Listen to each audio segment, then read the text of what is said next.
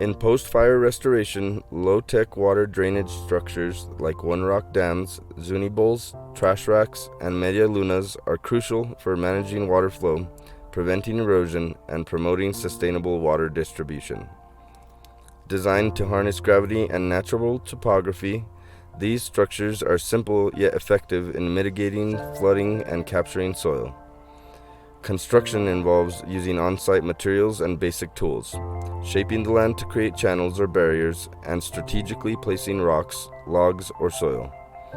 Stabilization efforts include backfilling with soil, compacting materials, and establishing vegetation. Collaboration between Quivira Coalition, Rio Grande Return, Hermits Peak Watershed Alliance, Albuquerque Wildlife Federation, and Bill Zedek contributes to this knowledge. This video is designed for people wanting to build structures and offers information on what to expect for landowners considering the use of these methods. However, design and construction can be complex and in many situations should involve consultation with watershed restoration experts. Let's explore these structures in detail to understand their construction process. A one-rock dam is a low-grade control structure built with a single layer of rock on the bed of the channel. ORDs stabilize the bed of the channel by slowing the flow of water, increasing roughness, recruiting vegetation, and capturing sediment, and also raising the bed level over time. ORDs are also passive water harvesting structures. The single layer of rock is an effective rock mulch and increases soil moisture, infiltration, and plant growth. Some design considerations for one-rock dams are locations. A good location to build ORDs are in low-slope drainages, especially in one experiencing erosion and moderate velocity. Place in gullies and streams less than 15 feet in width. One-rock dams are most effective if you build them in a series, or if you can partner them with other rock structures, such as rock rundowns and log step-downs. Depending on the slope you're working on, you can have them closely spaced or far away. How long is the channel, how steep is the channel, and how high you are rebuilding the grade back up are all considerations to make. Common misconceptions. One-rock dams are not dams. They are not made to stop water like a traditional dam. They consist of more than one rock. They are called one-rock dams because they are only one rock high. Some modifications to make, especially in a post-fire environment, is to build a larger splash pad. The purpose of a splash pad is to avoid undermining the structure. When the dam fills up with sediment, you can build another rock dam on top of the existing one to build the grade further up. Spread seed over the structure to promote plant growth, which helps to further anchor the structure in place. When building ORDs, you want to avoid using round rocks. Don't place them on curves or meanders. They are better if built on straight stretches of the drainage. Avoid steep or rocky bottom areas. Also avoid building them on bedrock. Don't build ORDs without building the appropriate size splash pad for the flows that you're expecting. How to build it. The materials for one-rock dams are rock of various sizes. Your dam should not be taller than 1/3 the depth of the channel. Select an appropriate site for construction, referring back to the location information. Gather your materials, tools, and rocks. Dig out a flat area to put the splash pad, spanning the channel about a foot wide trench. Place the largest, flattest rocks in the trench to create the splash pad. Next, we build the first row by placing the tallest rocks you have side by side in a vertical book stacking formation, overhanging the splash pad by about 1/3. Now that we have the first row built, we add to the structure by building several more rows back, approximately 4 to 5. As you move upstream, you use smaller and smaller rocks, with your last row being at channel bed. Fill in any gaps in the rocks with smaller gravel-like rock, ensuring that the first row is secure. Test your structure by walking over the first row, and if it's solid and no rocks shift as you walk over them, you're done. Maintenance for one-rock dams. When a one-rock dam becomes full, another layer of rock can be placed on top of the previous structure, using the filled-in structure as the new splash pad, moving the second structure slightly upstream. In the situation of rocks becoming dislodged, and the one rock dam needing repair, rocks should be rearranged and replaced within the structure to ensure a solid foundation. The first row of rocks should be anchored in a way in which the rocks do not move when attempting to shift them.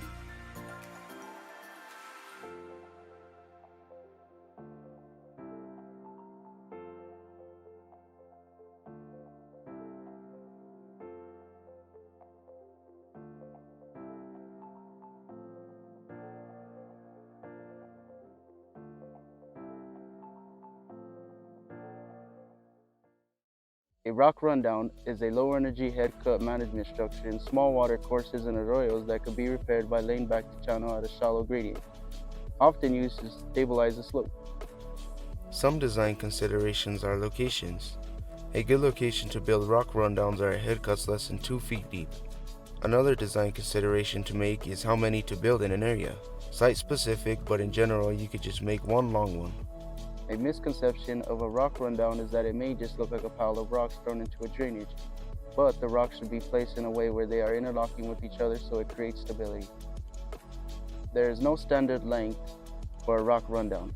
Build them as long as needed per site you build at. Part of the point of a rock rundown is for vegetation to grow in between the rocks. You can spread seed over the structure to promote plant growth. Another design consideration to make is what not to do. Don't just throw rocks in the drainage and leave them.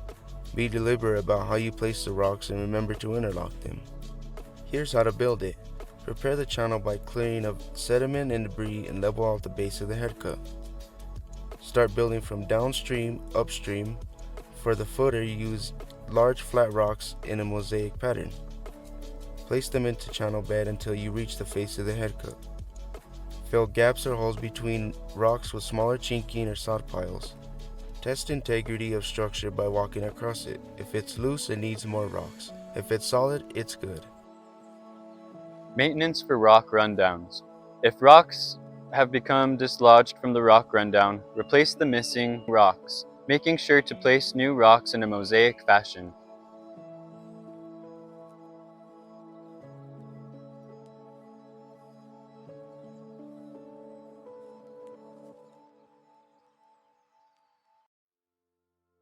A Zuni bowl is a headcut control structure composed of rock-lined step falls and plunge pools that prevent headcuts from continuing to migrate upstream. They stabilize actively eroding headcuts by dissipating the energy of falling water at the headcut pour-over and the bed of the channel. Zuni bowls also serve to maintain soil moisture on the face of the headcut, encouraging the establishment of vegetation. Locations. A good location for a Zuni bowl is an active head cut. It's nice if the head cut already has a bowl shape and you can just set the rock. How many? A good rule of thumb is wherever you have a head cut, you can build a Zuni bowl. Add as many as needed to keep the velocity of the water at a manageable level. A common misconception is that Zuni bowls are used to collect sediment, but that is not true. They are not for that. Other than spreading seed over the structure to promote plant growth, there are no other modifications to the structure. How to build it. Select a head cut for treatment. Shape and lay back the face of the head cut to create a uniform surface on which to build. Measure and mark the location downstream from the face of the head cut that is 2 to 3 times the height of the head cut. At this location, dig a shallow trench and fill with 1 to 2 rows of rock. This will serve as your splash pad of your Zuni bowl. Gather the largest rocks available and place them in a row just upstream from and in contact with the splash pad. These rocks should sit in an elevation approximately half the total height of the head cut, and this will serve as the lower pour-over of the Zuni bowl. Armor the bottom of the plunge pool with a single layer of rocks. Make sure to place these rocks at a uniform height to create a stable foundation for the rest of the Zuni bowl. Lay courses of rock around the face of the head cut. This will form the walls of the bowl. Rocks should not protrude above this level to let water flow freely. Improve the durability by avoiding gaps in the rock work. Construct a one-rock dam downstream of the Zuni Bowl. Place the upstream edge of the one-rock dam 4 to 6 times the height of the head cut away. Maintenance for Zuni bowls. Rocks that have come loose should be reinstalled within the structure in a way that prevents them from coming back loose. If rocks need to be reset for the structure, they should be placed neatly back in place and anchored back into the structure. These rocks should overlap one another in a terraced fashion.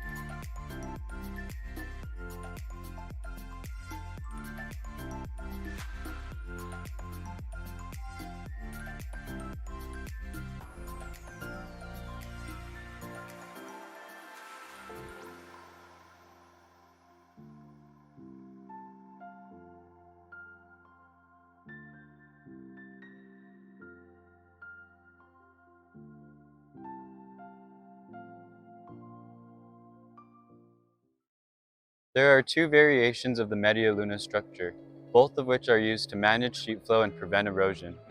The first type is a tips down Media Luna, which is used to direct the water from a single point.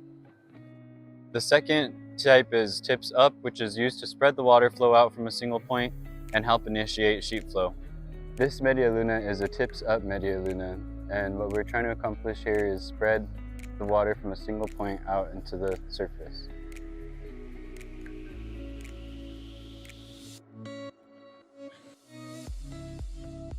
Some design considerations to make when building Media Lunas are the areas you plan to build them in. When choosing a location for a Media Luna, select places that are relatively flat, and remember, you use a tip-down structure to collect water and direct it to a single point, and a tips-up structure to spread the water and slow it down. The location depends on how the water is behaving and what you want to accomplish. Another consideration is how many to build in a given area. One structure in a location should be enough to accomplish the goal. There aren't really any misconceptions with Media Luna because it's really only built for a specific purpose, which is to manage sheet flow. Some modifications to make when building Media Lunas is if you don't have any rocks, you can build Media Lunas out of logs. You can also spread seed over the structure to promote plant growth. Another consideration when building these structures is what not to do. Be aware of how you are building it and build it the right way to accomplish what you need. Remember, tips up structures spread the water out and slow it down, while tips down structures collect the water and direct it to a single point. To build a Media Luna, first gather a good amount of large flat rocks for the footer. You want large rocks so they don't move with the flow of the water. Next, dig out your shape of the Media Luna for your splash apron. Then, lay down your first layer of rock at the footer. Now arrange rocks in the subsequent rows in a mosaic fashion in the shape of an arch. Be aware of the direction of your arch, converse versus convex, tips up versus tips down. Finally, seed the structure after you are done building it. Maintenance for Media Lunas. Rocks that have come loose should be reinstalled within the structure in a way that prevents them from coming loose. If rocks need to be reset, they should be placed neatly back in place and anchored back into the structure. Media Lunas should be placed in a mosaic pattern.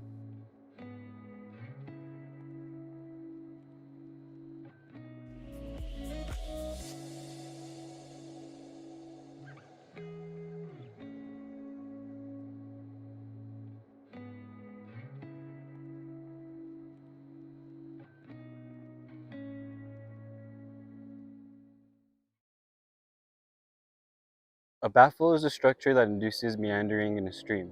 Having straight, channelized stretches of river is a bad thing. It causes downcutting as the water moves fast. You want a river to flow from side to side or meander. It slows the water down and promotes infiltration, bringing connectivity to its floodplain. Baffles help deposit soil in certain areas, which help change the flow of water. Some design considerations when building baffles are the locations you build them in. A good location for a baffle is where you have a long, channelized stretch of stream where you want to slow the water down and induce meandering. Another thing to consider is how many you build in a given location. You usually build baffles in a pair, the first shifting the water and sediment to one side of the stream, while the second shifts the water to the opposite side of the stream, creating a sinuous flow, preventing channelization and stopping the straight flow. One misconception about baffles is that they are strictly used to collect sediment like one-rock dams. That is false. They help redirect water and sediment deposition and slow the water down by meandering. They don't just collect sediment. Baffles are usually built with heavy rocks in the shape of a triangle, but you can modify them using a combination of rocks and logs, or you can just use logs if you don't have any rocks available. Other important considerations are what not to do. Don't build these structures on bedrock as it can be erosive. Make sure you use the appropriate ratios for width and length. The length should be 1/2 times the bank width. To build a baffle, first start by gathering materials for the structure. You want large angular rocks. Next, excavate the area where you're building the structure so that it's flat. Now, build the first row larger than the preceding rows. You're basically building a triangular shaped structure with the back row of the structure angled towards the opposite side of the stream. The most effective shape is found to be a right triangle.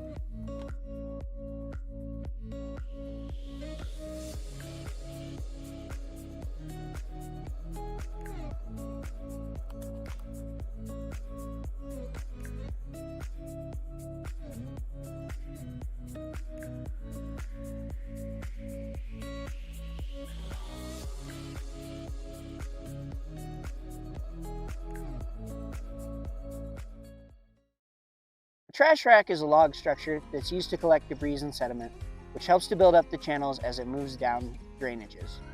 It's also used to slow down the water. Some design considerations are location. A good location to build a trash rack is any drainage that is experiencing high sediment and water flows. It's really good for post-fire erosion situations. Another design consideration is how many structures. It's nice to build these in a series going down a drainage, wherever there is opportunity to anchor these structures in place. One misconception is that these trash racks are places where you can actually throw your trash. They actually act as a debris catchment system in drainages where there is high water flow and sediment. You can modify these structures by using different size logs or different spacings between the logs, according to what you're trying to catch, whether it be sediment or bigger debris. You could also use smaller branches, limbs from the trees to fill in the gaps, which can help to catch finer sediments. Another consideration to make is what not to do. Don't use too small of logs as they might break. Also, don't place the trash rack without anchoring it to the tree stumps. How to build it. Select a location in a drainage where you can anchor the structure. Preferably, you want to anchor it to a tree stump next to the drainage. Fell a tree across the channel that will act as a back brace for the structure. It should be perpendicular to the channel. Cut logs to size and delimb them. Take off the smaller branches on the tree. Place the logs vertically on the back brace at an acute angle. Put big rocks on the bottom of the vertical logs to help cement them in place. You can also put rocks and logs underneath the trash racks to help stabilize the structure and to act as a splash pad.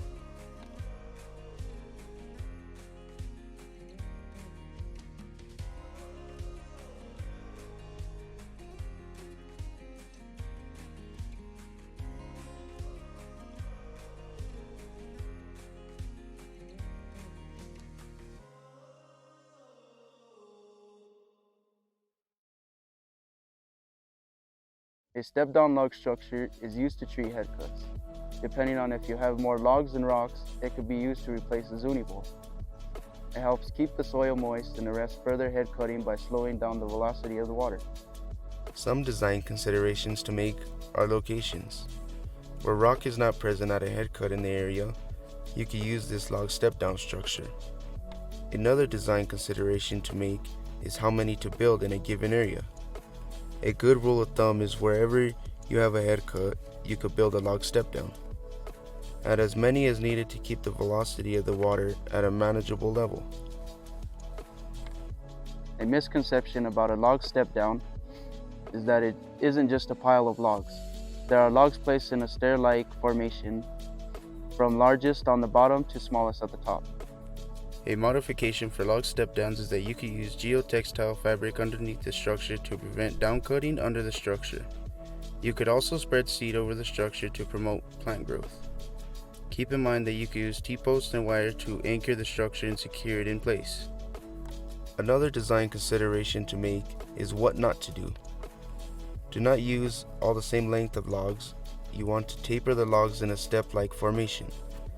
The logs on the bottom should have a larger diameter than the logs on the top. Here's how to build it.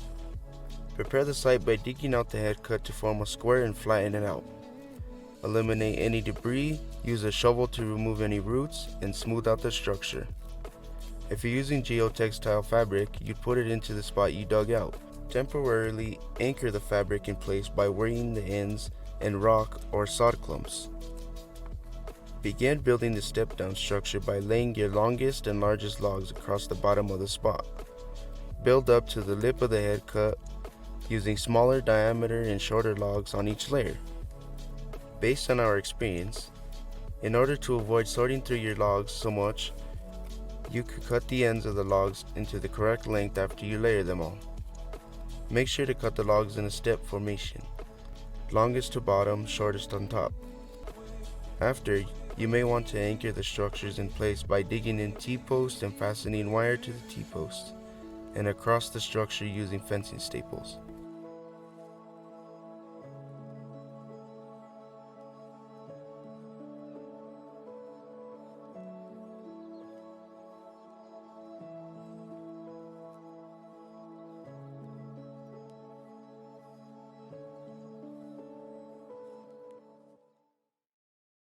A log mat is very similar to an ORD, only it's made out of logs and not rocks.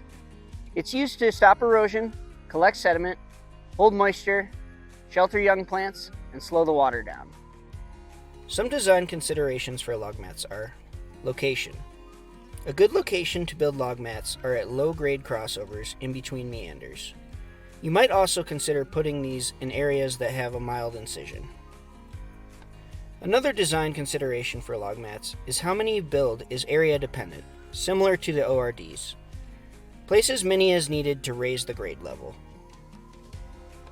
You can use T-posts or stakes with wire or twine to anchor these structures to the ground. In cases where you don't have wire or T-posts, you can use large rocks and put them on top of the structure to anchor them. Spread seed on top of the structure to promote plant growth. Another design consideration is what not to do. Don't build it and leave it. You want to anchor it down and make sure it's secure. How to build them. Excavate the area to flatten out where you're placing the structure. Cut a tree down. Delimit and get rid of all the branches and cut the tree into identical length sections. Lay the logs side by side next to each other. Anchor the logs by digging T-posts into the corners of the structure and attaching wire or twine to the T-posts and logs using fencing staples. Spread seed over the structure to promote plant growth.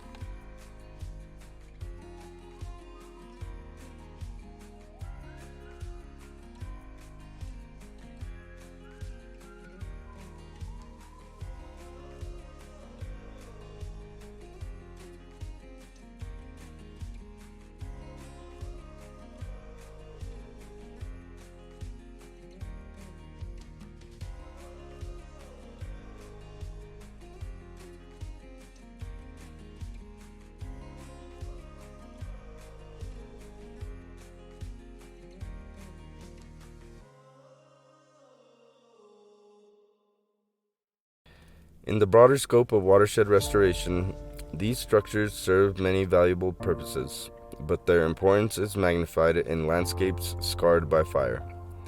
In the aftermath of such natural disasters, the need to prevent and repair drainage channel erosion, sequester sediments, mitigate flooding, and promote ecosystem recovery becomes paramount.